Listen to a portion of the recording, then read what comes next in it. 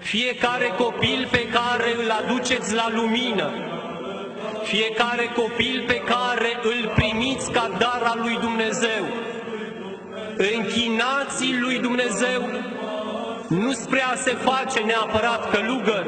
deși este bine să înmulțim călugării din mănăstirile noastre, dar să-L închinăm lui Dumnezeu ca să aibă viață creștinească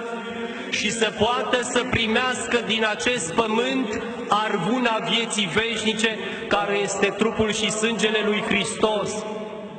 Să învățăm pe copii să se roage, să învățăm pe copii ce este iubirea lui Dumnezeu, să învățăm pe copii ce este credința în Dumnezeu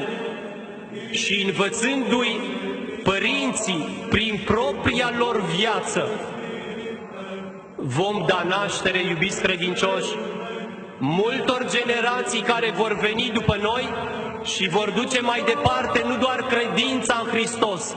ci unii dintre cei pe care voi îi nașteți și îi creșteți. Avem convingerea că pot deveni și vor deveni sfinți care se vor ruga și pentru voi și pentru noi, cei care vom fi trecut poate la cele veșnice.